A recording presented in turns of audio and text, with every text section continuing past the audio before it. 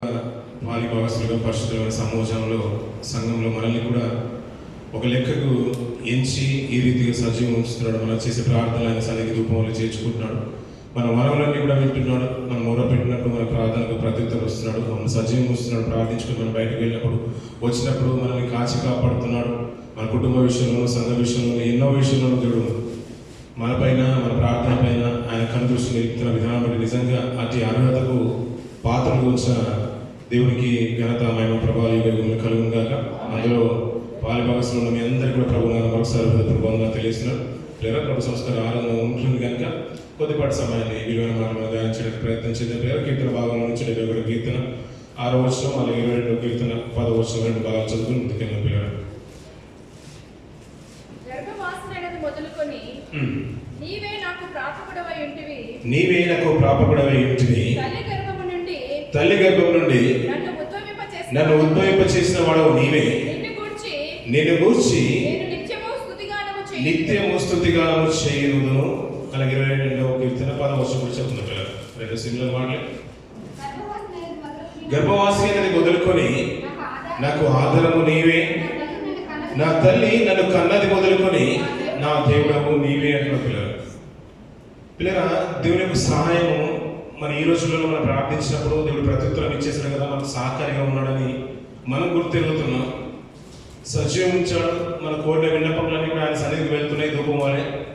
మనకు ప్రార్థనలన్నీ కూడా ప్రత్యుత్తరం దొరుకుతుంది, మనకు విజయం చేకూర్చబడుతుంది. సంఘంలో ఈ రీతిగా పరిశుద్ధమైన సహవాసంలో ఆయన సమాజ మందిరంలో మనం అందరిలో ఉన్నామంటే నిజంగా మన ఒక విన్నపాలన్నీ కూడా మన కోరుకు ప్రార్థించే వారి విన్నపాలన్నీ కూడా ఆయన సన్నిధికి చేరుతున్నాయి. కాబట్టి ఆయన సహాయం, ఆయన కలదృష్టి మన మీద ఉందని మనం ఇప్పుడు అనుకుంటున్నాం. కానీ నిజంగా దేవుని సహాయం ఎక్కడ మొదలవుతుందంటే తల్లి గర్భంలోనే మొదలవుతుందంట పిల్లలు. భక్తులు నిజంగా అద్భుతమైన మాట కదా పిల్లలు. నేను గర్భవాసి అనేది మొదలుకొని నాకు ఆధారము నీవే అంటున్నాడు పిల్లలు. నేను ఇక్కడే కాదు, ఈ భూమికి వచ్చిన తర్వాత కాదు నా ఆధారం ప్రారంభమైంది. తల్లి గర్భంలోనే నాకు ఆధారము, నాకు సహాయం అంతా కూడా తల్లి గర్భంలోనే నాకు దొరుకుతుంది తండ్రి అని గొప్పగా ప్రార్థిస్తున్నాడు పిల్లలు. నిజమే, ఆశ్చర్యమే పిల్లలు. ఒక వైద్యులకు కూడా అందరి ఊహాకంద ఉంది. మనకు కూడా తెలియని విషయాలు ఏ రీతిగా ఎదుగుతున్నాయో కూడా మనకు తెలియదు, ఎముకలన్నీ కూడా. కానీ అప్పటి నుంచి తల్లి గర్భంలో రూపింపబడగా మునుపే ఆయన గుర్తెరిగి మనల్ని ఏర్పాటు చేసుకొని తల్లి గర్భంలో మనల్ని ప్రవేశపెట్టి మన ఆలోచన కంటే ముందుగానే ఆయన ఒక మేధాశక్తి పనిచేస్తూనే ఉంటుంది. మనకు ఆధారం అక్కడి నుంచి ప్రారంభమవుతుంది. అందుకని ఏమన్నాడంటే గర్భవాసి అయినది మొదలుకొని అంటున్నాడు. అంతే కదండి. ఏం వాసి అంట? గర్భవాసి అంటే గర్భవాసి అంటే గర్భంలో నివాసం చేస్తున్న వాడిని గర్భవాసి అంటారు. ఇప్పుడు అక్కడ ఉన్నప్పుడే ఒక ఆధారం ప్రారంభమవుతుంది. నేను గర్భవాసిని అంటాడు పిల్లలు. ఇంకొక మంచి మాట కూడా చూద్దాం పిల్లలు. హెబ్రీ రాసిన పత్రిక 7వ అధ్యాయం 9-10 వర్షాలు త్వరగా తిందాం పిల్లలు. పౌలు గారు అద్భుతమైన మాట రాస్తున్నాడు. చూద్దాం 7వ అధ్యాయం చూద్దాం పిల్లలు. అంతేకాక ఒక విధమున చెప్పిన ఎడల 7వ అధ్యాయం 8వ వచనం చూద్దాం.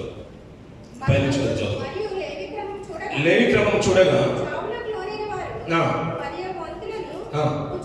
పుచ్చుకొచ్చున్నారు. అయితే ఈ క్రమం చూడగా జీవించుచున్నాడని సాక్ష్యము పొందినవాడు పుచ్చుకొచ్చున్నాడు. అంతేకాక ఒక విధముగా చెప్పిన ఎడల 10వ వంతులను పుచ్చుకొను లేవీయు అబ్రహాము ద్వారా దశమాంశములను ఇచ్చెను. ఎలాగనగా మెల్కీసెదెకు అతని పితరుని కలిసిపోయినప్పుడు లేవి తన పితరుని గర్భంలో ఉండినటువంటి పిల్లలు. ఇది చాలా సుపరిచితమైన మాట పిల్లలు, అద్భుతమైన మాట. నిజంగా మన తరాలు, మన యొక్క జనరేషన్ ప్రారంభం కంటే ముందు దేవుడి దృష్టిలో మనం ఎన్నికైన వారము, మన మీద ఒక ప్రణాళిక ఉందనే విషయము మనకు గుర్తెరగడానికి ఒక మంచి ఆధారం, మంచి బేస్ ఉన్న మాట, ఎవిడెన్స్ ఉన్న మాట. అబ్రహాం గారు బాగా తెలుసు కదండి. ఎవరు కుమారుడండి? బాగా తెలుసు కదండి మీకు. అబ్రహాం గారి కుమారుడు బాగా తెలుసు. ఇంకా మన పక్కన ఎదురుగాడు అప్పట్లో. అబ్రహాం గారి కుమారుడు ఎవరండి? ఇస్సాకు గారు. అబ్రహాం గారి తండ్రి ఎవరండి? తెరా. అబ్రహాం గారు అంట మెల్కీసెదెకును కలుసుకున్నప్పుడు అంట అతని గర్భంలో ఉన్న లేవి అంట దశమాంశంలో ఇచ్చిందంట పిల్లలు.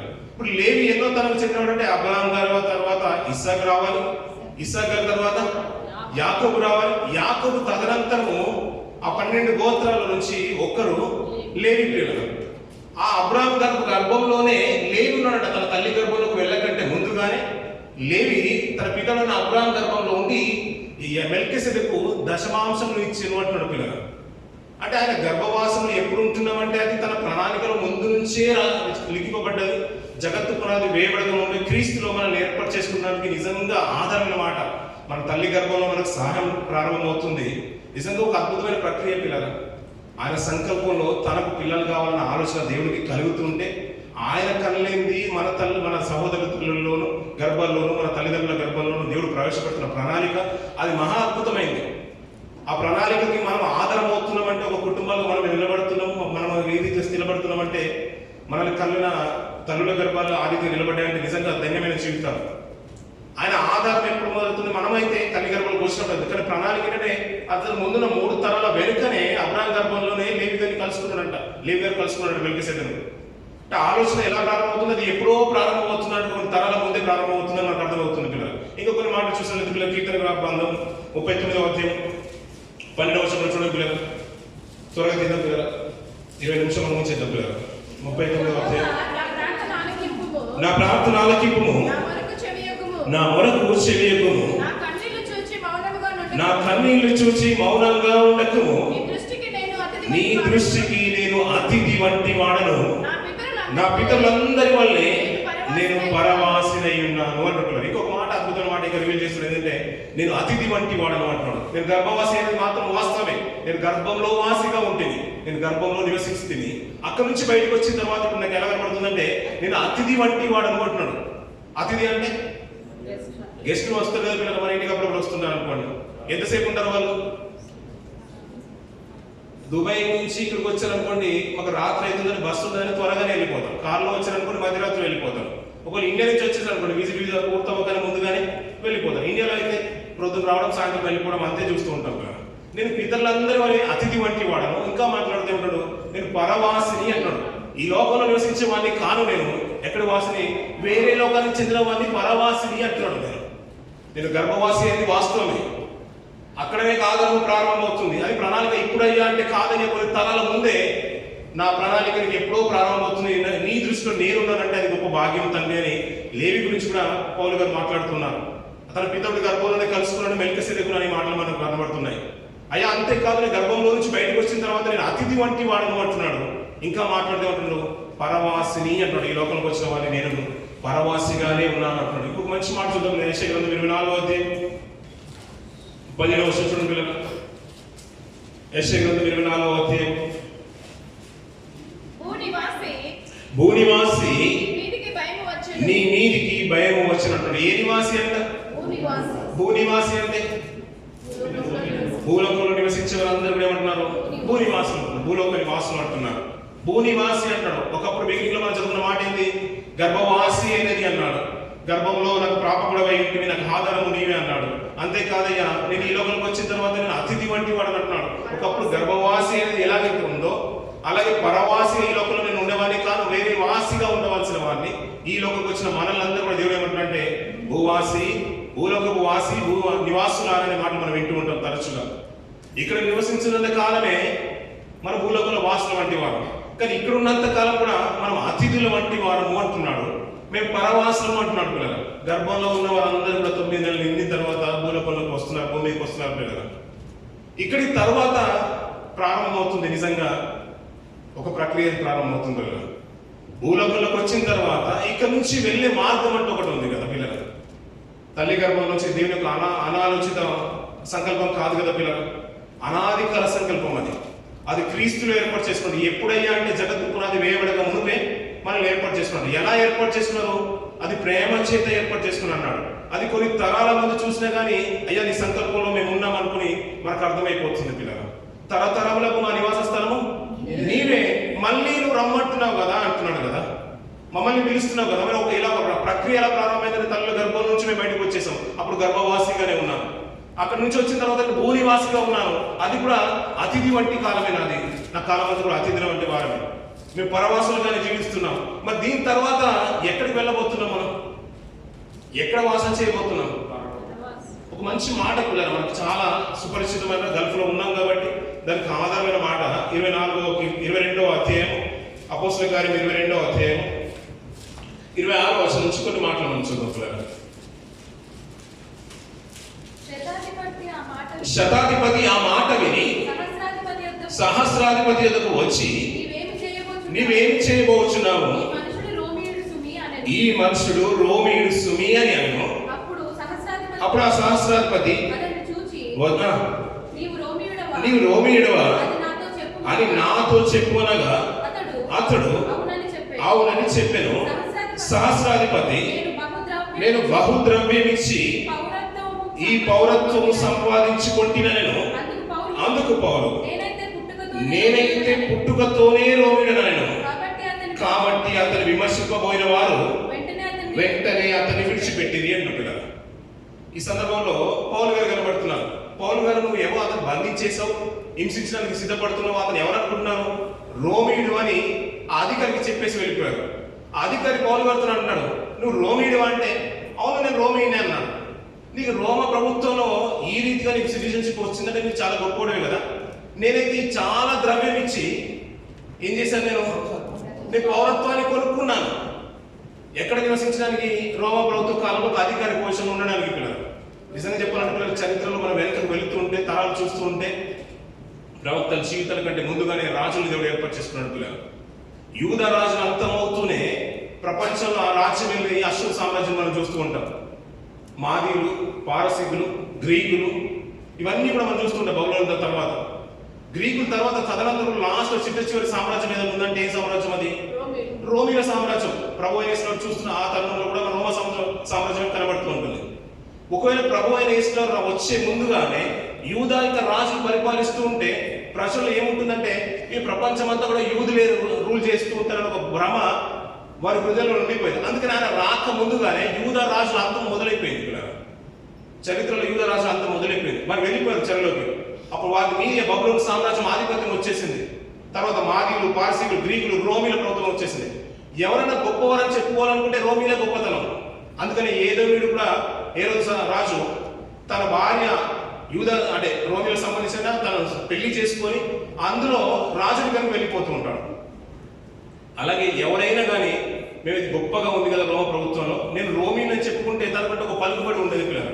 ఈ రోజులో మనం చూస్తున్నాం కదా పిల్లలు. మన వాళ్ళు తెలిసిన వాళ్ళు ఇండియాలో ఉన్నవారు అమెరికాకి వెళ్ళి అక్కడ గ్రీన్ కార్డ్ పొందుకున్న తర్వాత అక్కడ గ్రీన్ కార్డ్ వచ్చిందట, ఈ అమ్మాయిని పెళ్లి చేసుకుంటే సరిపోతుంది మన లైఫ్ సెటిల్ అని ఇప్పుడు మన కూడా అలాగే అనుకుంటారు పిల్లలు. ఈ రోజులు ఎలా అయిపోయిందంటే ఇప్పుడు ఇక్కడ గోల్డెన్ వీసా వచ్చేసింది.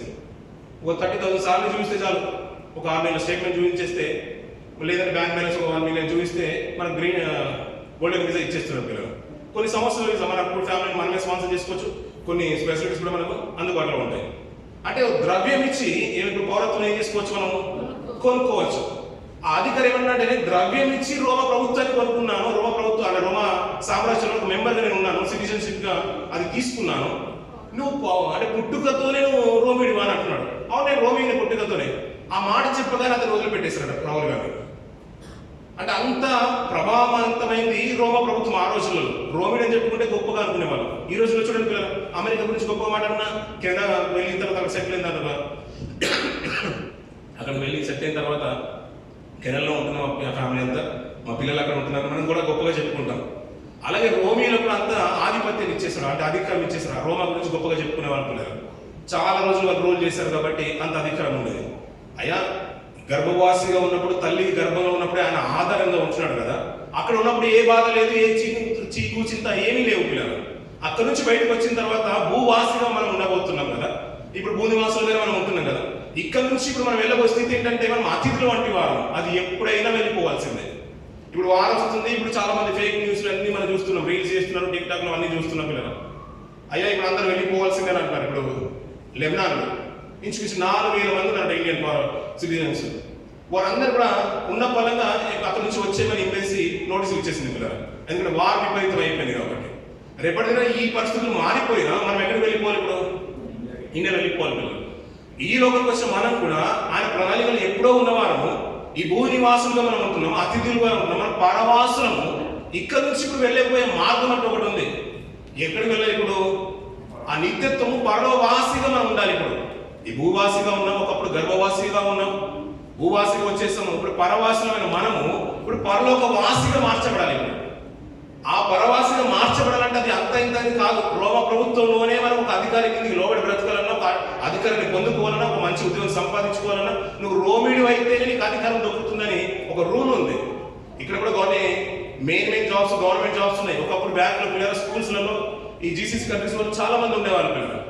5 సంవత్సరాల క్రితం వారందరూ ఉన్న పనులు తీసేశారు, లోకల్స్ నే పెట్టేసుకున్నారు. అప్పుడు గల్ఫ్ లో ఈజిప్షియన్స్ కానీ, పాలస్తీన్స్ కానీ, లెబనాన్ వాళ్ళు చాలా మంది, స్త్రీలు కానీ పురుషులు కానీ చాలా మంది జాబ్ చేసేవాళ్ళు. వాళ్ళందరూ కూడా తీసుకొచ్చారు. ఇప్పుడు మా గల్ఫ్ వాళ్ళే ఉండాలి, అరబ్ వాళ్ళే ఉండాలని, మా యూఏ వాళ్ళే ఉండాలని ఆ రూల్ తీసుకొచ్చేసారు. అలాగే పిల్లల ఇక్కడ నుంచి ఆ రోమ ప్రభుత్వం ఒక సిటిజన్షిప్ కోసం అతను ఎంతో ద్రవ్యం ఇచ్చి కొనుక్కున్నాడు. ఇప్పుడు పరలోక వాసిగా మార్చాలంటే మనం ఎంత ధనం ఇవ్వాలి? మరి గర్భవాసి ఏంటి బాగా ఉంది, మన ప్రణాళిక లేదు, మన ఆలోచన కూడా తెలియదు, మనం రావాలనుకున్న ఆలోచన మనకు తెలియదు, ఆ ప్లానింగ్ లో కూడా మనం లేనేలేదు. గల్ఫ్కి వచ్చేసాం, అదే అంటే ఒక మన దృష్టిలో ఉందనుకో, మనం వెళ్ళాలనుకున్నాం, దేవుని కృప వల్ల మనం ఇక్కడికి వచ్చేసాం. కానీ ఇక్కడ నుంచి మనం వెళ్ళాల్సిన తరుణం దగ్గరికి వస్తూనే ఉంది పిల్లలు. మనం ఒప్పుకోకపోయినా ఇక్కడ నుంచి మనం వెళ్ళిపోవాల్సిన వారమే పిల్లలు. కానీ అక్కడంటే ఒక స్థిరమైన నివాసాన్ని సంపాదించుకోవాలంటే పరవాసిగా, ఆ పరలోక వాసిగా మనం ఉండాలంటే ఎంత ద్రవ్యం ఇవ్వాలి, ఏమిచ్చి సంపాదించుకోవాలి మనం? అయ్యా మనం అక్కడ నుంచి వచ్చేసాం కదా, ఇప్పుడు ఇండియా నుంచి ఇక్కడికి వచ్చేసాం, ఇక్కడ కష్టమైతే మనల్ని పాకిస్తాన్ పంపించేస్తారు, ఆఫ్ఘనిస్తాన్ కూడా పంపించారు. ఎక్కడ పంపించేస్తారు? ఇండియాకే పంపించేస్తారు కదా. అదొక ఫెసిలిటీ మాత్రం బాగుంది. కానీ మనం పరలోకం నుంచి వచ్చిన మనము వెళ్ళిపోయేటప్పుడు కూడా ఈజీగా పరలోకం వెళ్ళిపోలేం కదా పిల్లలు. రైల్వే కంపార్ట్మెంట్స్ ఉంటాయి కదా పిల్లలు, అది రైల్వే వారికే ఉంటాయి. ఎమ్మెల్యే క్వార్టర్స్ ఉంటాయి, ఎమ్మెల్యేస్కే ఉంటాయి. ఒకవేళ జాబ్ కనుక పోయింది అనుకోండి, అయినా ఉండగలుగుతారు. రాహుల్ గాంధీనే మార్పించేశారు పిల్లలు, తెలుసో లేదో మీకు ఆ విషయం. అతను ఖాళీ చేయించేశారు తన కోటను, పదవి పోయిన తర్వాత వెంటనే. మరి ఒకవేళ మనం అక్కడి నుంచి వచ్చిన మనము ఉన్న పరంగా అక్కడికి పరలోక వాసిగా మనం వెళ్ళిపోగలుగుతామంటే అది ఎంత సులువైన పని అంటారు. ఆయన పుట్టించినప్పుడు యథార్థవంతులుగా మనల్ని పుట్టించేసినట్టు పిల్లలు. కానీ మన క్రియల్ని బట్టి, మన అతిక్రమ పాపాలను బట్టి ఆయనకున్న సంబంధాన్ని మనం తెంచేసుకున్నాం పిల్లలు. ఆయనకున్న సంబంధాన్ని మనం తెంచేసుకున్నాం. మళ్ళీ ఆ సంధి చేయడానికి సాక్షాత్తు తన ప్రియ కుమారుని లోపలికి పంపించేసి 2000 సంవత్సరాల క్రితం మనం ఇంకా ఏమంటారంటే అవిధేయులుగా ఉండగానే, భక్తిహీనులుగా ఉండగానే ఆయన యుద్ధ కాలంలో మన కొరకు చనిపోయాను అంటాడు పిల్లలు. నీతిమంతుడు ఒకరు చనిపోవట చాలా అరుదు అంటాడు.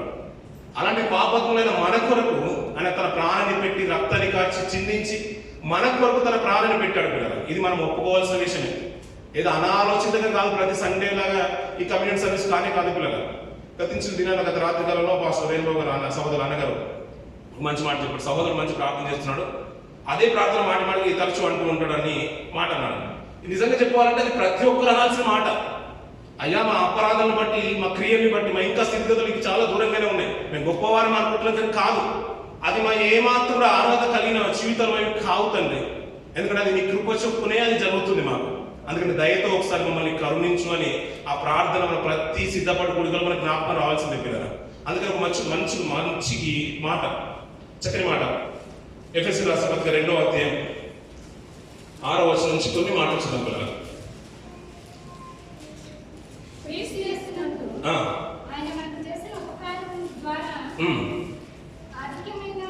అత్యధికమైన తన కృపా మహేశ్వర్యమును రాబో యుగములలో కనపరచు నిమిత్తము క్రీస్తు యేసునందు మనలను ఆయనతో కూడా లేపి పరలోకమందు ఆయనతో కూడా కూర్చుండబెట్టెను.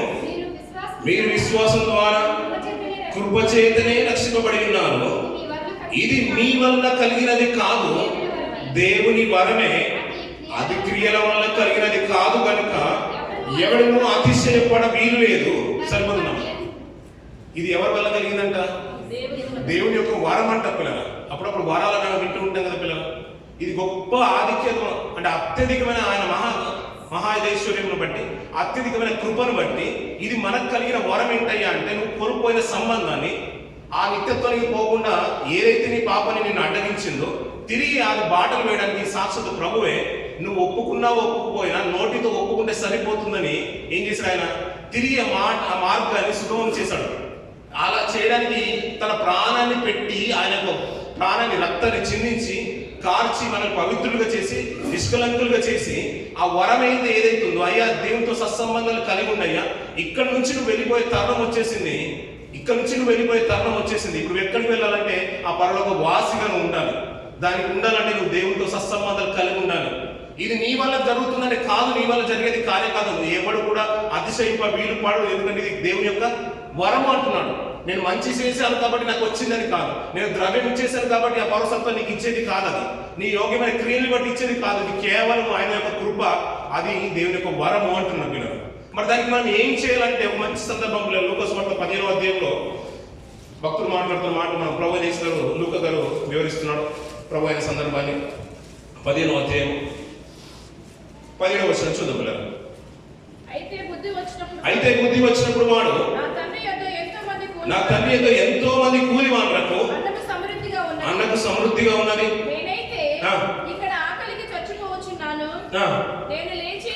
నేను లేచి నా తండ్రి యొద్దకు వెళ్ళి, తండ్రి నేను పరలోకమునకు విరోధముగాను నీ ఎదుటను పాపం చేసి తిని, ఇక మీదట నీ కుమారుని అనిపించుకొనుటకు యోగ్యుడను కాను, నన్ను నీ కూలి వారిలో ఒక్కరిగా పెట్టుకుని అతనితో చెప్పుదును అనుకొని లేచి తండ్రి యొద్దకు వచ్చేది అంటున్నాడు పిల్లలు.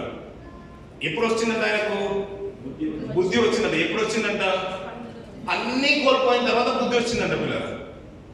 ఎలాగైతే పవిత్రమైన హృదయంతో, నిష్కలంక హృదయంతో, యథార్థవంతంగా దేవుడు తల్లి గర్భం నుంచి భూమి మీద ప్రవేశపెడుతున్నాడో, వివిధమైన తంత్రాలు కల్పించుకొని ఒక శేష జీవితాన్ని కొనసాగించాల్సిన, మంచి శేష జీవితాన్ని కొనసాగించిన మనము తంత్రాలు కల్పించుకొని ఆయన ఇవ్వాల్సిన ఆ కృపకు పాత్రలుగా ఉండకుండా లోకంలో కలిసిపోయారు.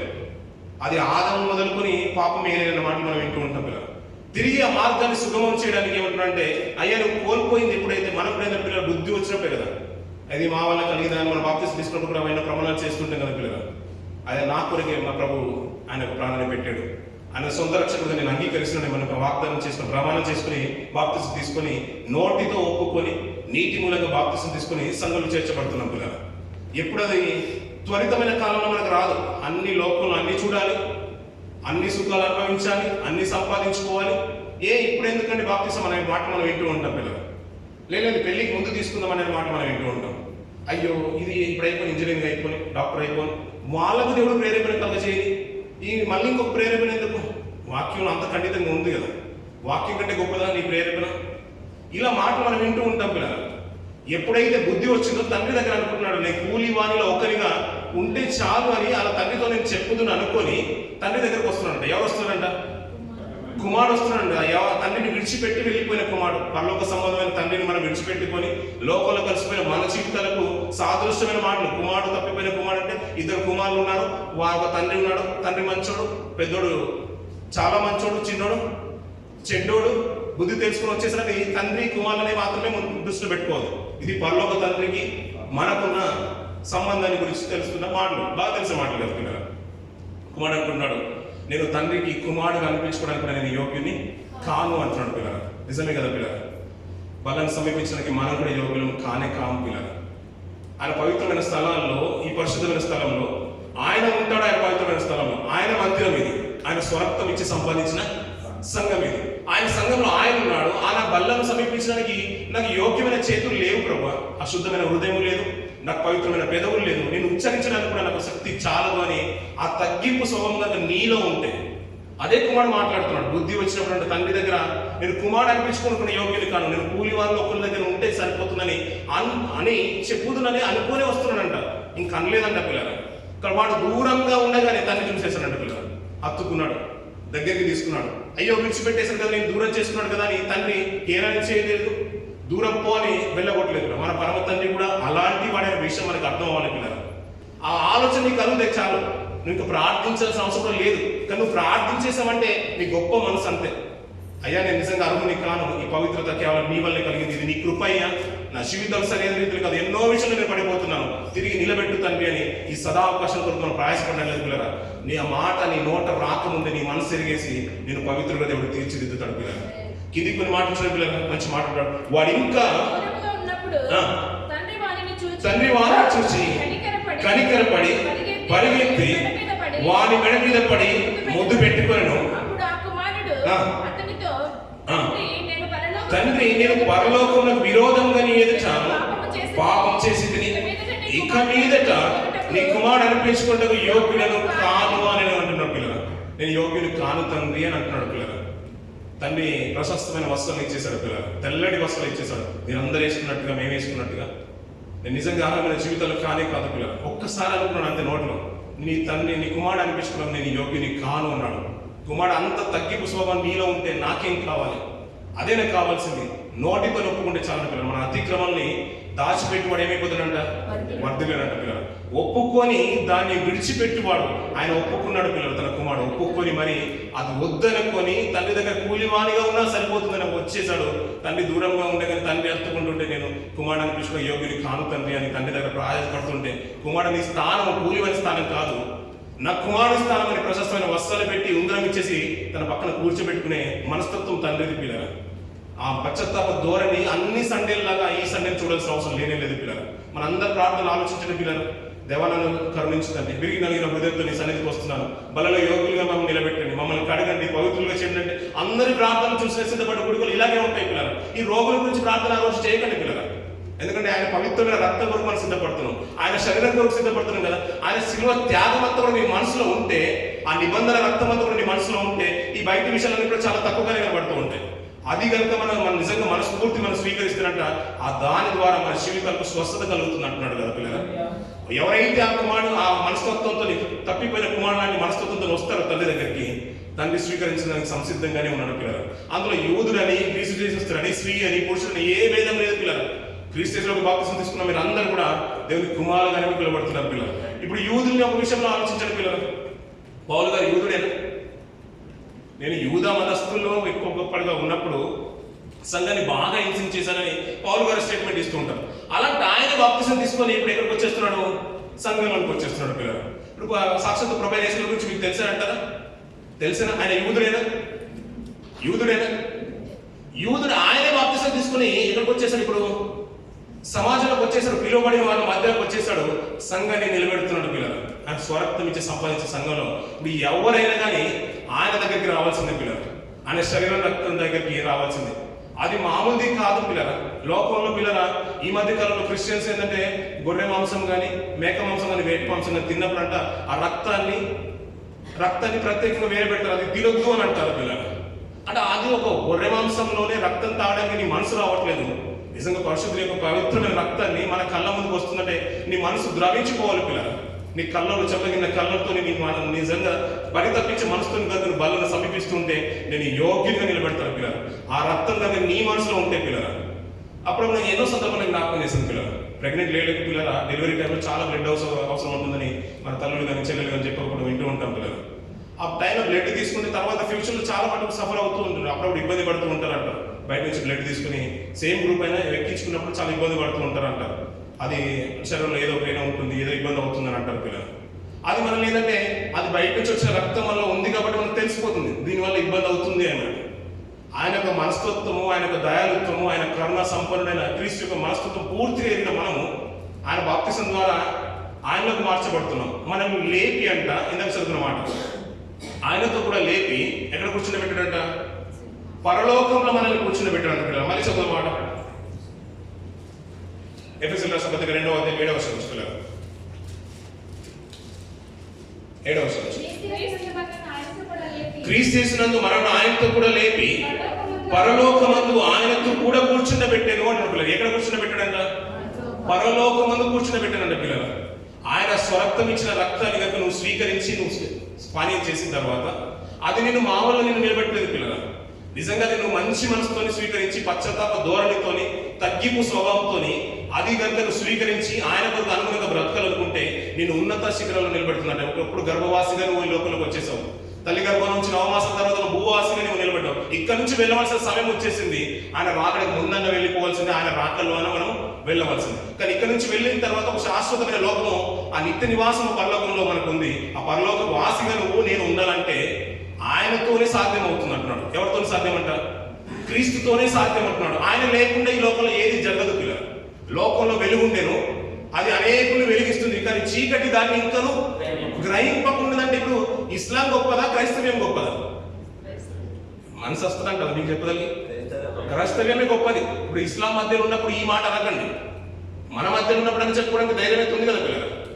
క్రీస్తుని మించింది ఈ లోకంలో ఇంకేం లేదు పిల్లలు. అది గంభీరంగా చెప్పడానికి నీ మనసు ఉండాలి, అది మనస్ఫూర్తిగా రావాలి. ఆయనకు అసాధ్యమైనది ఏమీ లేదు. సమస్త దేవతల కంటే మన దేవుడు పూజకు అర్హుడు. ఆయన మించిన దైవం ఈ లోకంలో లేనే లేదు పిల్లరా. ఆయన ద్వారానే ఆ నిత్య నివాసం సాధ్యము. పరలోక వాసిగా నువ్వు ఉండాలంటే ఆయన శరణు వేడుకోవాల్సిందే పిల్లరా. ఎలా వేడుకుంటామంటే తగ్గింపు స్వభావంతో, అయ్యా నేను యోగ్యుని కాను, అర్హమైన జీవితం నా జీవితంలో లేదు, నేను ఉన్నతమైన శిఖరాలకు వచ్చినా కానీ ధనమున్నా ఎన్ని ఇచ్చినా కానీ ఆ నిత్యతో నేను సంపాదించుకోలేనని తగ్గింపు స్వభావంతో ఇద్దరు మనుషులు వచ్చేసారంట దేవాలయానికి ప్రార్థించడానికి. ఎంతమంది వచ్చేసారంట? ఒక ప్రార్థన చేస్తున్నారు. ఒక రకమైన ప్రార్థన నాకు తెలుసు. అయ్యా ప్రతి వారం నేను దశభాగాలు ఇస్తున్నాను, 2 మార్లు ఉపవాసం ఉంటున్నానని ఒక ఆయన ప్రార్థన చేస్తున్నాను. ఇంకొక ఆ దేవాలయం వైపు ఆయన వైపు చూడడానికి కూడా సరిపోగలేక రొమ్ము కొట్టుకొని వేధిస్తున్నాడు. దేవా నన్ను కరుణించు, నేను ఏమాత్రం కూడా అర్హుని కానట్టున్నాను. ఎవరు నీతిమంతులుగా తీర్చబడ్డారు?